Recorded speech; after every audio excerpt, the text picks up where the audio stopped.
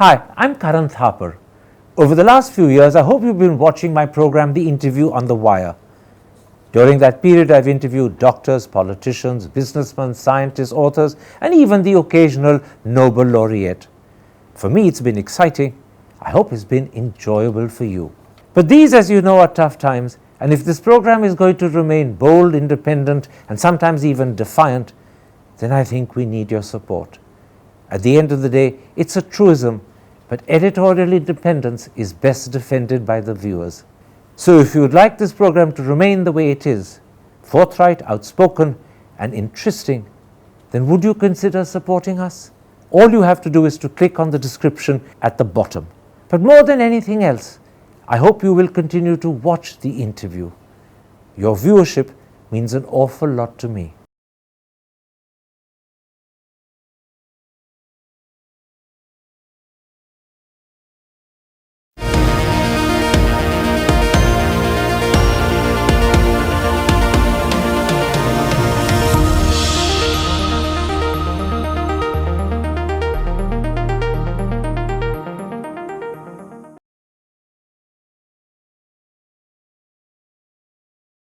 Hello and welcome to a special interview for The Wire. With the violence and killings in Manipur continuing, we today present the second in our two-part interview series of women from Manipur speaking about how they view the situation in their home state. Today, my guest is the leading Meitei intellectual, the convener of the Northeast India Women Initiative for Peace, Beena Lakshmi Nepram.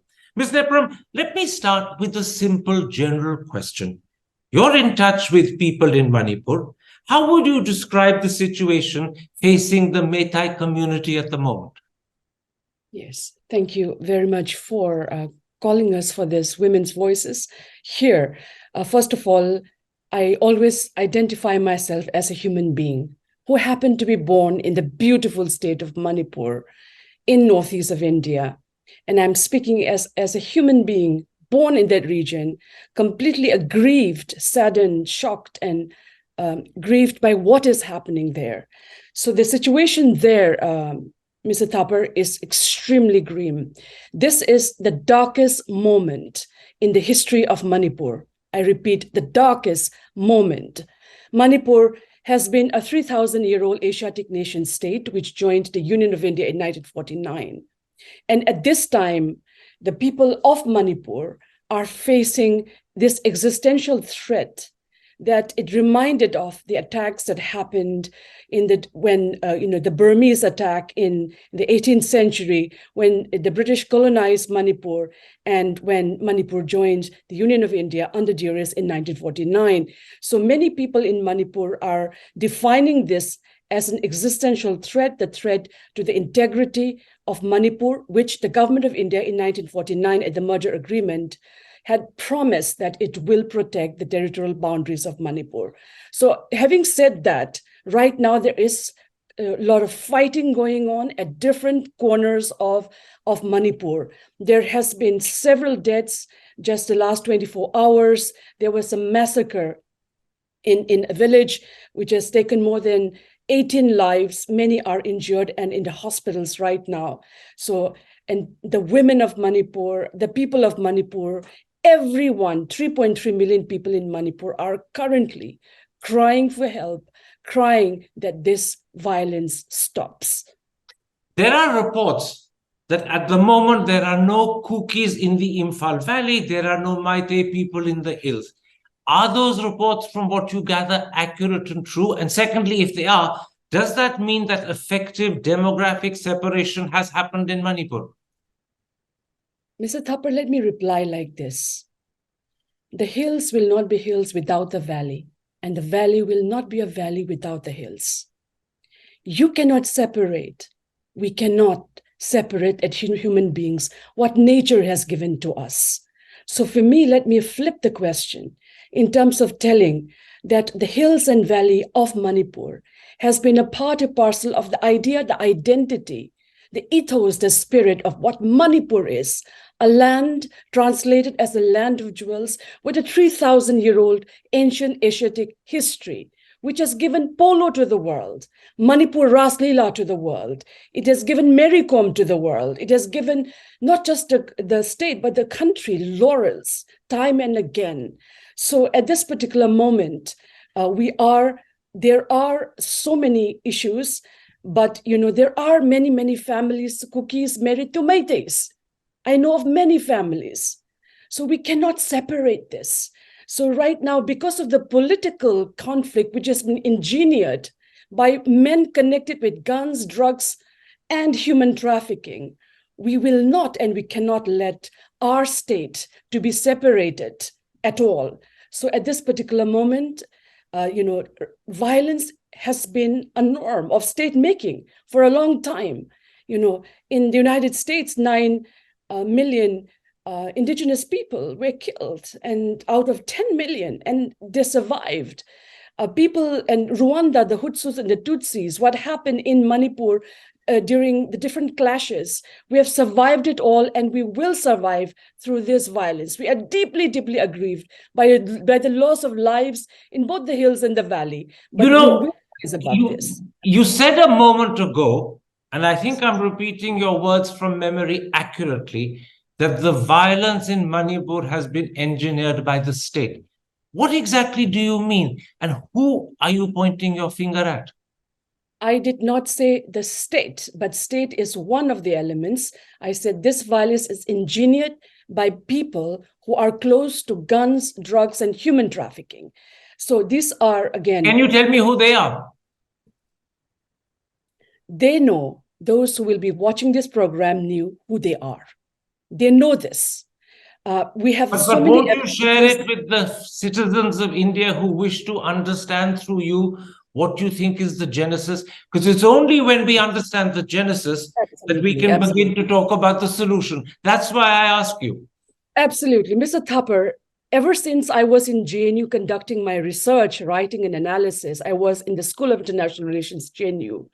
And I had said in my book, South Asia's Fractured Frontier, in which we have located how, yes, the whole issue of what is happening in Manipur and across the northeast of India is a question of a really bad governance, which India has done since its independence.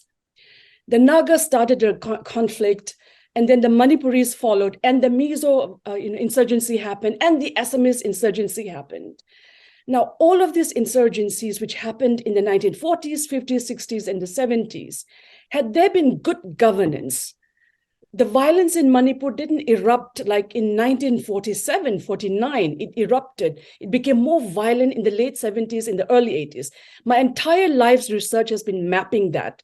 So first of all, the state, the government of India its policies have been so wrong vis-a-vis the northeast of India, which has resulted in what is happening is to stop some of these insurgencies.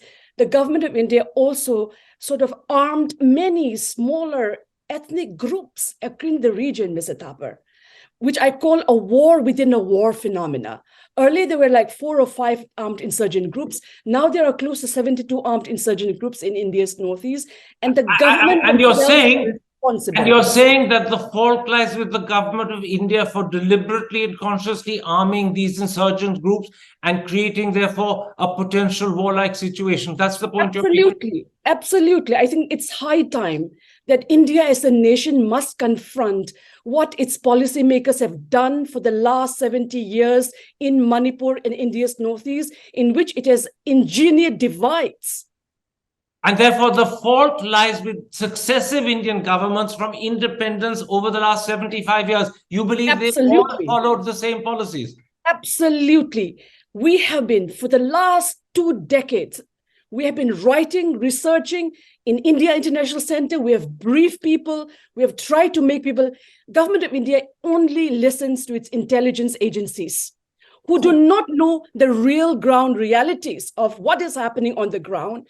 And instead, it is arming and training so many small ethnic groups. So forgive me, who are these small ethnic groups that the government is arming and training? Can you identify them? With specific context to Manipur, not the whole of the Northeast. Let's focus on Manipur. There are 60 armed insurgent groups in Manipur operating, Mr. Thapar. Are you talking about both Kuki and Meitei groups, or are you only referring to one community?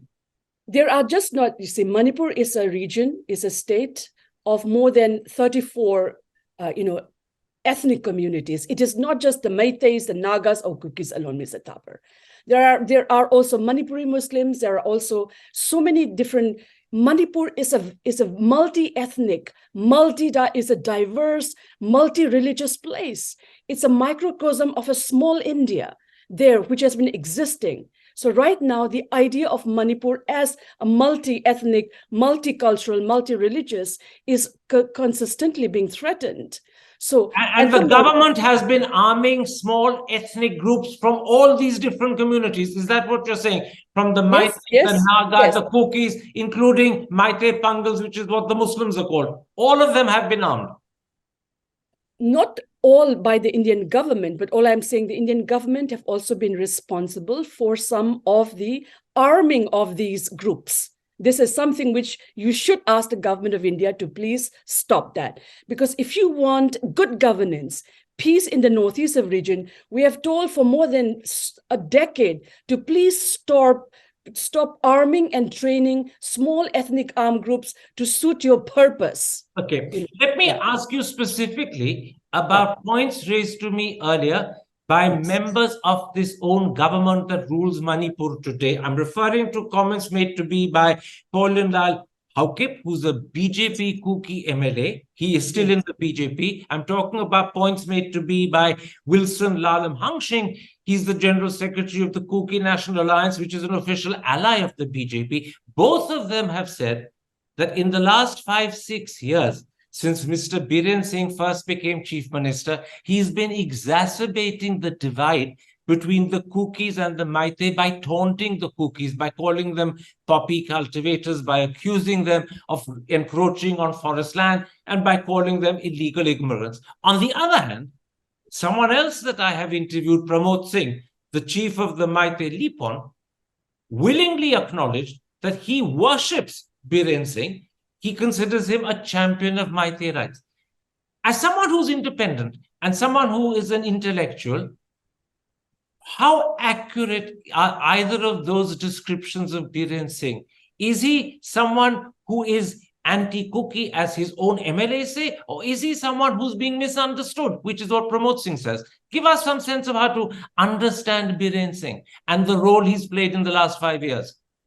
So, Mr. Thapar, let me be very clear. For us civilians and citizens of the state and of the nation, when we elect, our leaders, we think that they should be like our second set of parents, who should be taking care of what is happening in the nook and corner of our state and in the country.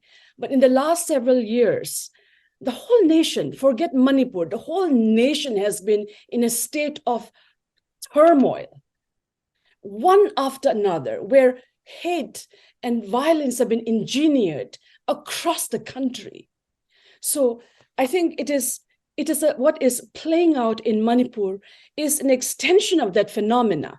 And at the moment, let me also make it very clear. Can I interrupt there? You're saying that what Biren Singh is doing in Manipur is an extension of what the Modi government has been doing in the rest of the country, which is exacerbating the divides and fueling hate. Is that the point you're making? Because I think we need to be... No. One of the general trend in India is what we are seeing, all right? But what is happening in Manipur is also the fact, Mr. Thapar, that the Meitei population, which are predominantly in the valley, they have been feeling for a long time, because they have seen what has happened to Tripura, where the indigenous people of Tripura became minorities in their own land. They've also seen what is happening in Sikkim, where the Sikkimese Lepcha Bhutia population also became minorities in their own land by a process called population engineering. So the Meitei what does that mean? What does population engineering mean? Can you explain? Absolutely. Population engineering is a process in which, those who are very much connected to political power, they let a community flood a particular region so that the vote banks are increased. Are you saying, I'm asking you to be clear, are you suggesting that the Kukis are allowing illegal immigrants from Myanmar to flood? I am not saying that. I am What are not you saying saying? that. What are you saying? Let me explain that. What I said, the fear of many, people in Manipur for not this last month, but for a long time has been that they will become like in Tripura or in Sikkim, minorities in their own land. So we saw elements of like asking for protection of rights, ensuring that the indigenous faith, tradition, and culture also But can I protect. ask you on This what is happening. basis? Can I Yeah. ask you on what basis can Yes. 54% of the population, that is the Meitei share of the population in Manipur, believe they are becoming minorities? Kukis are only 16%, Nagas are only 24%. Those are the official estimates from the Yes. 2011 census, the most recent. So, on what basis can 53% credibly believe they're in danger of becoming minorities in their own state? Please explain that. Yes, in the sense, like at the moment, again, for that you have several other experts to ask them, but for me, as someone who is trying our best to ensure that this conflict stops, this war stops, these accusations and counter accusations will not bring the peace. What is needed is for people, if there are these elements where the fear, Mr. Thapar, fear Sorry, Ms. is April, the driving. reason I asked that question The is fear, because you're the person who was yes, explaining the Meitei yes. thinking in terms of the fact that the Meitei believe they're in danger of becoming minorities. You brought that up. So I simply wanted to understand on what basis can a community that is 53% credibly believe they're in danger of becoming a minority? What is the ground of that fear? The ground of this fear, again, is from whatever we are hearing on the ground, is, again, you have in your various programs, you have spoken to these people. The census is yet to come out, so one must look at some of the data which will be bringing out through. There's a judicial committee now being formed by the government of India. They will bring out these different elements. All I'm saying is there is But hang on a second. The last census is there the one I is, quoted to you a moment ago. Since 2011, no census has been conducted. Mr. Thapar, right No now the census has fear, been conducted. there is fear on both sides. Right now there is an ongoing, literally civil war going on, where so many Meiteis have died and so many Kukis have also died. And our duty as responsible citizens is to see how we can bring about the ending of this conflict, because people are suffering, both sides. The dead body counts are increasing. So I think for us, I came to this show calling for peace.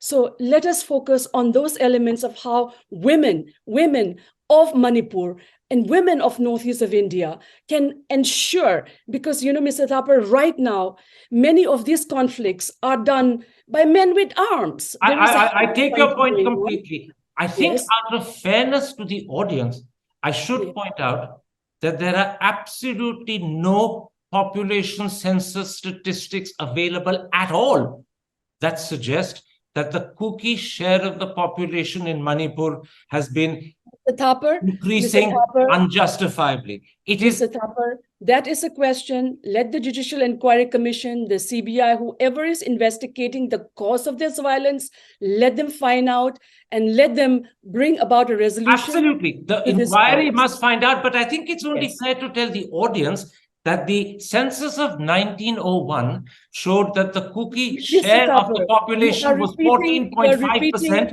110 years later, it's 16%. So I think we shouldn't raise that bogey ourselves. Leave it to the inquiry to sort out. I completely agree. And Mark Twain also said there are three kinds of lies: lies, true lies, and statistics. So again, it is very critical that for us as women, for us as civil society, we have to ensure that this conflict stops. This fear mongering, which has resulted. I think the conflict is what I want to focus on. Do you believe in the present situation that, given the level of distrust that many people have for Biren Singh, he should step aside? After all, the peace committee set up by the Home Minister is unable to function because cookies do not want to participate in a committee with a man they believe is responsible for calling them illegal, for calling them poppy cultivators, for calling them encroachers in forest land. If he's an obstacle, shouldn't he step aside? This particular a committee that was formed, when I first saw it, there were 51 odd people there. And it was surprising to me when I saw this, that how did they even find out about who should be in that committee? Who decided that? I have been a part of the Besbara committee when Nido Tania was killed, a 19-year-old boy who was beaten to death in the streets of Delhi, where we started massive protests for asking for ending of racial discrimination of people from the northeast of India. I was a part of that committee.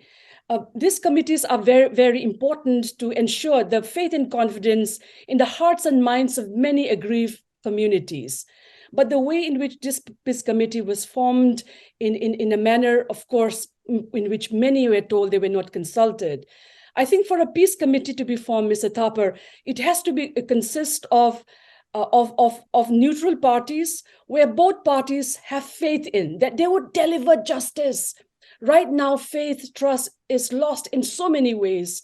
And so we need to very carefully, that's why for many of us who are working with women's groups and across the board, it is very important for us to know what should constitute. It's the civil society of both the warring communities and across the Northeast, because what is happening in Manipur, Mr. Thapar, is also going to impact the Northeast of India, because there are Meiteis also in different parts of the region. I completely take your point that the peace committee should have been set up with greater thinking. People should have been consulted before they were appointed, and deeper consultation was necessary. But what about my specific point that at the moment, the presence and participation of Biren Singh, at least in the peace committee, is an obstacle to cookies joining? Should he be removed so that committee can begin to function?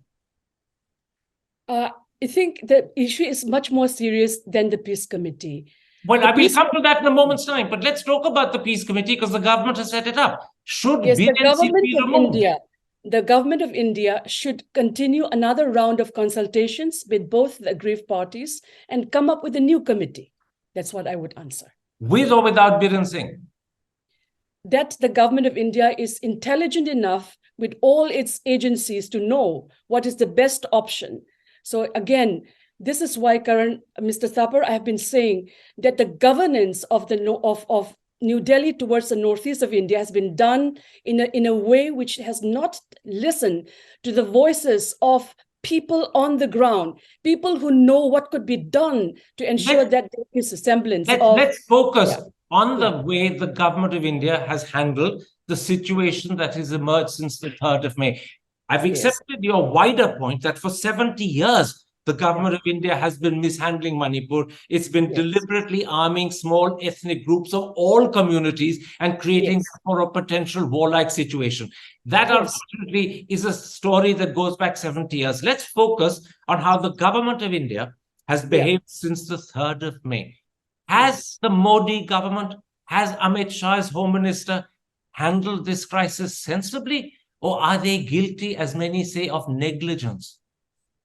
Mr. Thapar, the Gujarat riots was brought down in, 3 days. If that could be brought down in 3 days, why is the violence in Manipur continuing for over 40 days now? What's your answer? Ask the government of India that, Mr. Thapar. But you must have suspicions. You must have suspicions. All we know is that the complete silence of the Prime Minister shows that he's also complicit to what's happening. As the leader of the world's largest democracy, why is he silent in what is happening in Manipur? Many people also try to reach out to the defense minister, asking for appeal to help stop the violence. Because, Mr. Thapar, this is not a civilian war. These are, sophisticated weaponaries used in this conflict right now. rocket launchers, lead bombs, M16s, sniper weapons, landmines. Mr. Thapar, I lost my 14-year-old niece on a bomb. 14-year-old niece died on a bomb blast planted by a Naga armed group to kill a Kuki politician. And my 14-year-old niece, who was going for badminton practice, stepped on that bomb in Sanjingdong and she died. We couldn't even get her body for a proper funeral because her body was in splinters. I and many others who have seen war and conflict at very close quarters are tired of the way in which our lives have been made into games for politicians, for their vote banks, for their engineering conflicts. Enough is enough. So this is something that I would like the country who is listening to your interview to know, that this game should be, they should stop playing games with our lives. Each human life is so important. The lives which have been lost in the last 40 plus days in Manipur. Every time I saw the photograph of someone dead of any of the communities, Mr. Thapar, our heart cries. Today I'm feeling okay, like it's been very, very tough for people of Manipur right now, for the mothers, for the women, for the people right now. This is the darkest moment in our history. And whoever has engineered this, let us also tell them that they will not win in their policy to turn Manipur into their war game. Our indigenous land, Mr. Thapar, 80% of the world's conflicts are happening on indigenous lands. Manipur is a land of indigenous territories where people have been living together for years, for decades, for centuries, who weaponize our identities for their little profits, for their vote banks. Please stop it. And so we are calling upon that it's enough is enough. This violence has to stop, Mr. Thapar. This is not about 3rd of May. This slow genocide has been going in Manipur and the northeast of India since 1958, since the martial law was imposed. More than 50,000 people have died. More than 20,000 women have been widowed in my home state of Manipur alone, belonging to Kuki, Naga, Meitei, all across. For us as the Northeast India Women Initiative for Peace, we've been working the last decade to bridge this divide to ensure that we are able to live in this very difficult war zone. It is a war zone. I'm terribly, terribly sorry to hear about your niece and what happened. My deepest, heartfelt condolence. It must have been terrible, and I share your loss, and I think the whole country will grieve to hear that story. It brings home the enormity as well as the tragedy of what is happening to the lives of people in Manipur. Let me ask you something that I also put yesterday to Mary Grace Zoe, the convener of the Kuki Women's Forum. I said, if my memory is correct, when the troubles in Northern Ireland were at their worst, with the Protestant and the Catholics targeting each other and a complete collapse of trust, it was the women of the two communities that stepped forward to build relationships, to re-bridge communities and create trust. And Betty Williams and Mairead Corrigan won the Nobel Peace Prize. I heard your very eloquent appeal to women, mothers, sisters, daughters.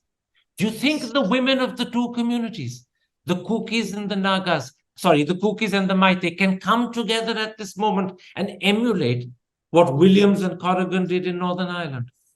Yes, Mr. Thapar, I met both the women personally also, and more than 8 Nobel Women Laureates who have formed the Nobel Women's Committee.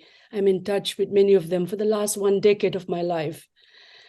Because for someone like me, being born in this war zone, my only intention of working, I wanted to be a physicist. But the way in which violence, the day I was born, there was military curfew. My parents were nearly shot in this in the conflict in Manipur. And I told you my niece died in this conflict. And so to many, many other families. So our whole work, my whole life, and our team's whole mission became, how do we build peace? And again, let me also come back to this. We realize that India is a very young nation. It got its independence in 1947. In a nation's timeline, it's like an adolescence. It's still a nation in the making, let me be very honest. So the Northeast within that itself is much more nascent than you could ever imagine. So Mr. Thapar, let me tell you this. I'm a historian by training. I did my history and then international relations. And the only thing I learned after doing 5 years of Indian history, there's not a single line of Northeast of India, forget about Manipur, in the history textbooks of our country. As a result, we don't know each other, Mr. Thapar. What do you know about Meitei culture? What do you know about Kuki culture? What do you know about Naga culture? But we know about Rani Ki Jhansi. We know about all of these, amazing. When I first came to Delhi, I knew because we read. But you do not know about us. And the same thing within the Northeast. Since independent India, there's no attempt made to make 272 indigenous communities living in the Northeast of India, 45 million people, no attempt made by the government of India, government of the world's largest democracy, to ensure that people of this region know each other. We are all connected to Delhi. Everybody will fly into Delhi, but there is no proper mechanism in which the Northeast of India is connected, and also within Manipur is connected. As a result, there's a saying in English, even in the darkness, the rope looks like a snake, So there's this mistrust is what and has been weaponized, this mistrust, because we don't know each other as a result. Which is why I asked the question. Yeah. Can women like you from the Meitei community and similar women from the Kuki community come together? We are already together, Mr. Thapar. We have, in fact, 3 days before the violence erupted on 3rd of May, Kuki women, Naga women, Meitei women, Assamese women, Sikkimese women, Mizo women, we all met in Assam for the 4th Northeast India Women Initiative for Peace.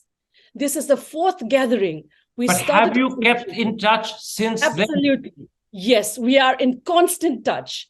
To all who have been thinking that all relations have been lost, let me tell you, the basic humanity is greater than any divide that is engineered. And you are specifically in touch with Kuki women as well?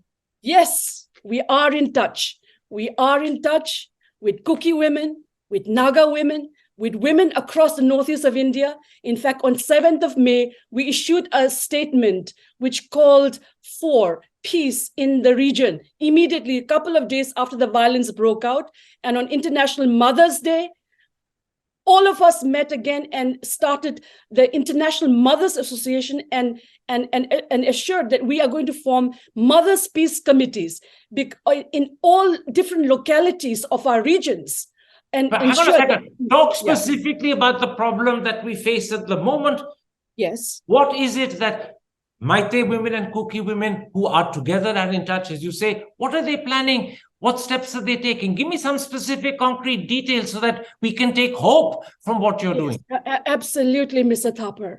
Hope. Without hope, we would all perish. But what are the steps you're taking? Tell me the steps. Absolutely.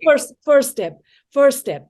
We have called upon for the starting of a Truth and Reconciliation Commission. The starting of a Truth and Reconciliation Commission, where this would constitute different committees on reparations for the homes burned, for the lives lost. Every human being, every family have lost their life in this violence. They should be able to come to this committee and tell what has happened so that the justice can be done, the reparations can be done. Number 2, all of these grievances, we're also asking for ensuring that the relief and rehabilitation of the houses destroyed must also be taken care that they are able to return back to their home areas. Okay. And Number third is to ensure that the government of India must ensure that arms are laid down, disarmament and process must start. And in fact, we said that if the government of India, with the 4th largest military in the world, is not able to bring the violence down, that the government of India must bring in the International Committee of the Red Cross. If government of India till today is not able to get the problem down, then you must get the UN peacekeeping troops if you are not able to contain the violence. And innocent lives, villages are being burned. Can I just interrupt there? Yes. The women of both communities, Kuki and Meitei, jointly believe that if the government cannot restore law and order and peace and harmony, then bring in the International Red Cross and bring in the UN peacekeeping. That is a proposal both women from both communities are making. Not just both, but across the northeast of India, we formed the Northeast India Women Initiative for Peace. So we are collectively calling this because it's really critical. Again, it is not a dichotomy, Mr. Thapar. This is an issue which concerns entire Northeast. Tell me, have you taken your proposals to the government? Have you met the Home Minister? Have you shared your demand for a Truth and Reconciliation Commission, your demand for a Committee on Reparation, your demand for the IHRC?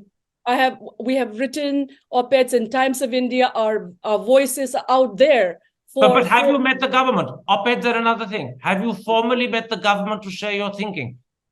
Yes, several people have met, civil society have met, and again, across, communities have appealed, But tell me, who in the government in Delhi have you met? The government in Delhi, some of I think Mr.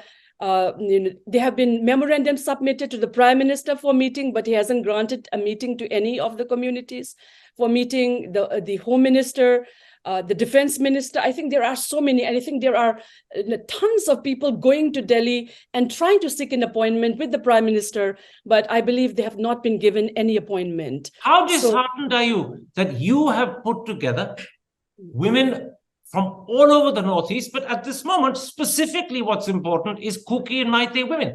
Despite the discord between their communities, their women are together. They're making proposals. They're sending memorandum to the government, as you say. Memorandums have been given to the PM and to the HM, but they won't even meet you. How disheartening is it that here are women trying to build trust and restore order, seeking the government's help and response, and they're ignoring you? How disheartening is that? Yes. So Mr. Karan, I read, an article written by Meitei. He's a scholar in which he talks about the word necropolis. Necropolis is the politics of the dead, in which human lives have been made as tools for their politics. And if this necropolitics continues in the northeast of India, in Manipur and elsewhere, we are not going anywhere as a democracy. But this necropolis will continue if the Prime Minister and the Home Minister refuse to respond to your memorandum. You seek meetings with them to share your thinking, and they refuse to meet you. How disheartening is that? Because you have managed to bring women together, particularly of the Kuki and Meitei community, because there's discord between them in Manipur, yet you brought their women together to jointly work to a solution, and the government won't meet you. How disheartening is that? Mr. Thapar, I think the Kuki women also tried to meet on their own, and I think Dr. Zhao at your interview also said that they were not even able to meet them. So I think, again, right now there is active conflict going on. The tension is very high on both sides, but everyone is also crying for peace. And as a result, you're absolutely right. The government of India must meet the women leaders. They should. Right now, Mr. Thapar, there are 17 peace talks in India's northeast. This is one problem that we would like your audience to know. There are 17 peace talks in India's northeast, and not a single woman is in it. Not a single woman is in these peace talks. So the women of northeast of India, 50% of the population make up the women. If 50% of us are not included, no peace talks in the northeast of India will succeed if 50% of the women are excluded in this peace talk. I hope the government hears you clearly, because your argument is not just forceful and factual. It's an argument that is irresistible. But I'm coming to the end of this interview. And let me put something to you. What I think lies at the core of the problem is a complete collapse of trust. It's leading to children missing out on school. As Dr. Zhou said to me, a whole generation may have been lost to education. It's leading to hospitals not functioning or cookies not being able to access multi-speciality hospitals in the valley. It's leading to people who are brothers and sisters now quarreling and fighting. And I don't want to repeat details in the papers, but they're there today. If you cannot rebuild trust, then do you think it's wise to accept what the kooky MLAs have demanded, a separate administration? That might end the fighting and the killing. Mr. Thapar, you shouldn't be so irresponsible to conclude the interview with that question. Please take it back. No, I'm waiting for you to answer. Depending on how you answer, we can carry on talking. I want you to answer. Ask me another question which will bring peace to the families who have lost so many lives in this violence. Ask me a question. I will, but answer my question. If you can't rebuild trust, is there some logic to accepting let's live separately? Because separately you can still be happy. My reply to that is try to separate Mother Earth. Try to separate the rivers from the valley, from the hills, from the mountain, from the air and the sky, Mr. Thapar. Answer that question and you will get our answer. Do not try to divide us. Try to help to bring peace in our broken homeland, where every community has been living for centuries. Do not weaponize our identities. Our identities should be a source of pride, a joy. And anyone who's trying to destroy that, we, the women of Manipur, women of northeast of India, and the indigenous women across the world will stand united for our quest for peace is greater than your thirst for war. Lay down your arms, end this violence right now. Let me ask you something else. There are groups on both sides that the other side accuses of violence. There are the kooky militant groups that the Meitei believe are creating violence. There are the Tengol and the Lipun that the kooky believe are responsible. What do you and others like you, both Meitei and kooky, say to both groups? What is your message to them? Lay down your arms. Brothers against brothers, please stop the fighting. Any issue in this world, you can negotiate by coming to a negotiating table. Talk it out, your differences, your pain, your fears, but stop killing each other. We cannot lose more lives. And what is your message to Mr. Modi, who hasn't said a syllable for 45 days, 6 weeks, and he hasn't said a thing? What is your message to the Prime Minister of India about Manipur and about what people like you, kooky Meitei, expect from him? The Prime Minister of a nation is like the parent of a nation. When your own children are dying, dead, killed, maimed, lynched, burned alive, how dare you keep silent, Mr. Prime Minister? How dare you keep silent? How can you keep silent? We, the women of Manipur, we are crying. Our cries are not of weakness. It is resolving the women of Manipur, the women of Northeast, to let you know that this doesn't behove the position of a prime minister. In fact, you should take moral responsibility of what's happening in Manipur and resign yourself. This is not the India that we dreamed of, the country with the largest democracy, the country with the mother of all democracies. This is not the India that in 1949 that Manipur became a part of, and it was promised that the identity of Manipur, the territorial boundary of Manipur, will be protected. This is a very, very powerful message you're sending, Ms. Nepram. I'm repeating your words because I think they will echo across the country. How dare you keep silent, Mr. Prime Minister? You said, take moral responsibility and resign yourself. In short, you feel the Prime Minister of India has let down Manipur. Prime Minister and the entire country too, Mr. Thapar. For 77 years, they saw our region burn. They saw our region being maimed. And the entire country, including its intellectuals, including its civil society, including many of them, you never listened to what we were appealing for help for 77 years. You only woke up after 3rd of May. With all these burnings, does it take violence to wake people up? Does it take violence to learn our history? Does it take violence to know the names of our villages that you are knowing every single day with these continuing attacks? The issue of Manipur is a question of the security of every community in that region. There are external repercussions that we haven't spoken about here. Yes, and we won't go into those because I think the focus should be on Manipur, on the suffering of the people of Manipur, on the terrible tragedy that has befallen them, which, as you said, the Prime Minister is silent about, which, as you said, the country is silent about. It's not just the PM that's let you down, the rest of India has. I thank you for speaking out. I know it could not have been easy. Look after your family. I hope all goes well. Take care. Please stay safe. Thank you, Mr. Thapar. Hi, I'm Karan Thapar. Over the last few years, I hope you've been watching my program, The Interview on the Wire. During that period, I've interviewed doctors, politicians, businessmen, scientists, authors, and even the occasional Nobel laureate. For me, it's been exciting. I hope it's been enjoyable for you. But these, as you know, are tough times, and if this program is going to remain bold, independent, and sometimes even defiant, then I think we need your support.